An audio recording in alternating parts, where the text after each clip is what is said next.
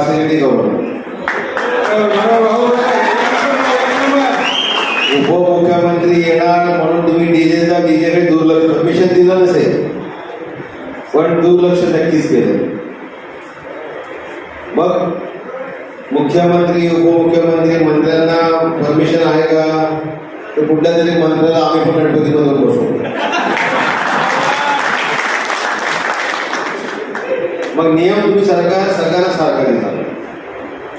मग कोणी असो, जसं आमचा अजय देवी म्हणाले की एका ठिकाणी डीजे वाजतोय, एका ठिकाणी आमचा डीजे घेऊन जात आहेत, हे नाही सांग.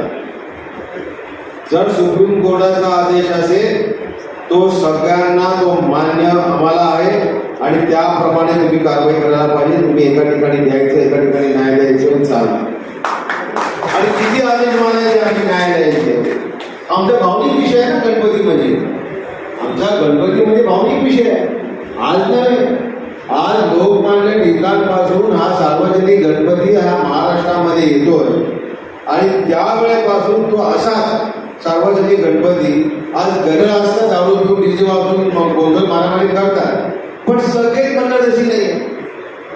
100मधले 90 मंडळ ही फार भावनेने श्रद्धेने गणपती बसवत असतात. आमचंही प्रामाणिक इच्छा आहे की जर गणपती विसर्जनाला जर डीजे लागला कोण कंप्लेंट करत बसत नाही. एकनाथ शिंदे आल्यानंतर दुर्लक्ष आपण करायला पाहिजे हे आमचं म्हणणं आहे. कारण तुम्ही सुद्धा मराठी आहे, हिंदू आहात.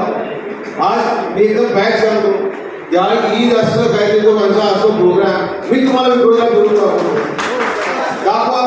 सगळीकडे असे मोठे मोठे डीजे लावलेले असतात, तुमच्या हिंमत नाही बंद करायची.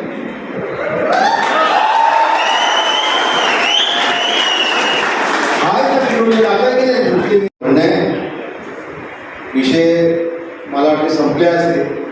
पण महानगरपालिकेने माझं असं म्हणणं आहे, गणपती हा ज्यावेळी सार्वजनिक गणपती असतो एका एरियामध्ये 50-50 गणपती असतात. वर्गणीचे प्रॉब्लेम होतात, कोणतरी त्यांना जाहिरात देत असतं, खड्डे पडत असतात. खड्डे असल्यामुळे पावसाळ्यामध्ये खड्डे पडतातच आहेत. पडतात की नाही पडतात? फाईन मांडणार आम्हाला, कसा दंड मांडणार आम्हाला? आमचा गणपती आहे, तुमचाही गणपती आहे, सार्वजनिक गणपती आहे. इथे तुम्ही सुद्धा जरा भावनिक होऊन श्रद्धेने ज्या ठिकाणी मराठी माणसाचा हिंदूंचा सण आहे त्या ठिकाणी तुम्ही तुमच्या